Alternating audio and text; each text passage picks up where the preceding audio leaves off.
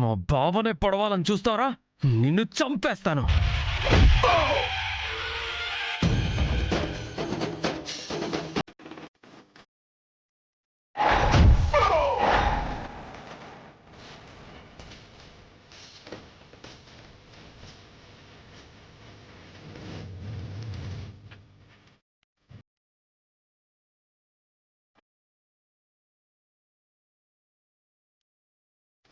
దేవా,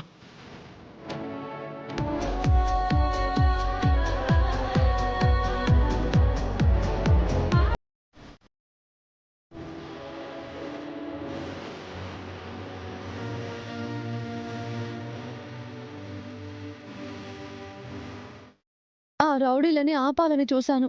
ఇంతలోనే ఇలా జరిగిపోయింది. పర్లేదు శివ, ఇది చిన్న గాయమే కదా.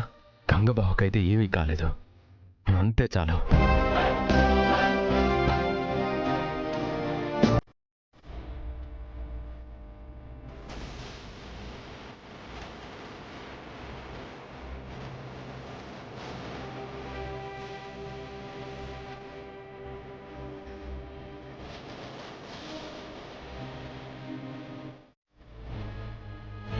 మనం అనుకున్న పథకం పారుతున్నప్పుడు మన ఆనందం పొంగి పారుతుంది పాపాలు.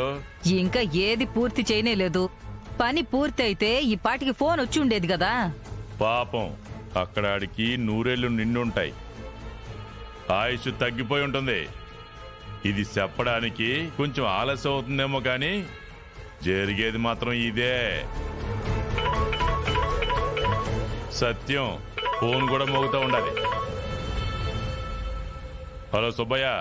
అయ్యా అయ్యా అయ్యా అయ్యా అనేసి అంత ఆరాటంతో చెప్పనవసరం లేదురా, ఒక్క మాటలో చెప్పు. ఓటేశారా? ఏసారయ్యా.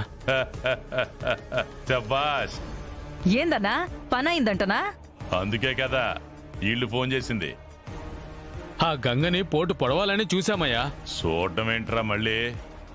అంటే గంగను పొడవలేదా? వెనుక నుండి గంగ నడుములోకి కత్తి దించబోతున్నప్పుడు నీ కొడుకు దేవరాజు బాబు ఉన్నాడే, అడ్డొచ్చి ఆ కత్తి పట్టుకున్నాడయ్యా. ఏందన్నా పోటు గుండెల్లో దించగానే రక్తం ఏర్లై పారుండాదంటనా? ఆ శుభవార్త నేను కూడా వినాలా? స్పీకర్ పెట్టనా అన్నా? నువ్వు ఉండమా. రే సుబ్బయ్య, నా కొడుకు పిడి పట్టుకున్నాడా లేదంటే కత్తి అంచులు పట్టుకున్నాడా? అంచులనయ్యా. పాపం కోసుకుని ఉంటది కదా. కత్తి కోసుకోకుండా నాలిక గీసుకున్నట్టుంటదా? అయ్యో రేయ్, ఎంత పని చేశారా? మా పనేది మేము చేసుకుంటూ పోతున్నామయ్యా. మీ కొడుకే అడ్డొచ్చి కత్తి పట్టుకున్నాడు. లేకపోతే ఈ పాటికి గంగ శవం చూడ్డానికి జాతరలా వచ్చేవాళ్ళు జనాలు. సర్లే గాని మీరైతే వాడికి దొరకలేదు కదా? దొరకలేదయ్యా, కానీ దేవాబాబే మా కత్తికి దొరికాడు. శుభవార్త చెప్తావనుకుంటే దుర్వార్త మళ్ళీ మళ్ళీ చెప్తా ఉండవేంద్రా?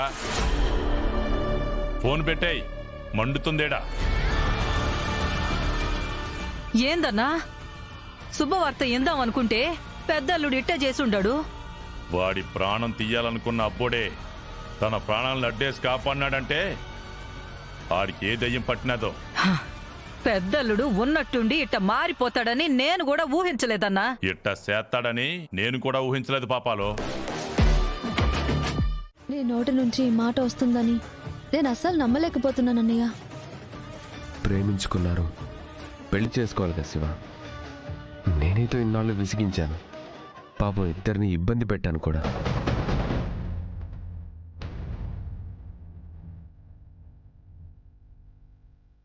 వెంకటపతిరాజు మా నాన్న కొడుకు అయినా సరే అక్కడికి వస్తానని ఎప్పుడు చెప్పడం లేదు.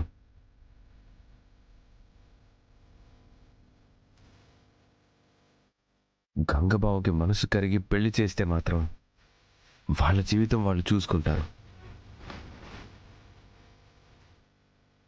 ప్రేమించుకున్న వాళ్ళు ఇంతకంటే ఏమి కోరుకోరు కదా బావ.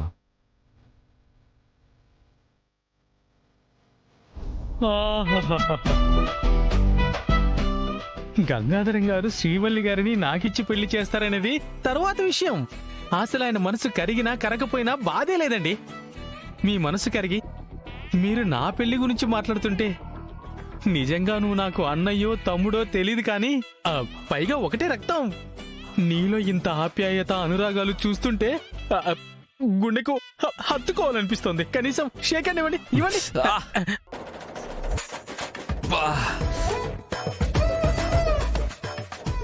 వా చంపేశారు కదండి. సరే ఏదో ఎగ్జైట్మెంట్లో చూసావా బావా, పెళ్ళనగానే ఎంత ఎగ్జైట్ అవుతున్నాడు. శ్రీవల్లిని తన చేతిలో పెడితే కాలు కందకుండా చూసుకుంటాడు బావా. దయచేసి వాళ్ళిద్దరికీ పెళ్లి చేయ బావా.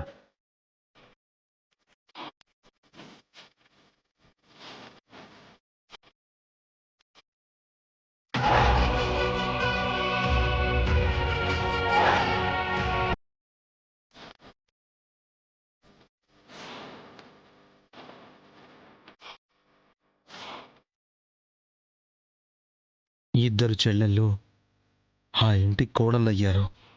ఇక శ్రీవల్లిని కూడా అక్కడికి పంపిస్తే ఏమవుతుందో ఏంటో.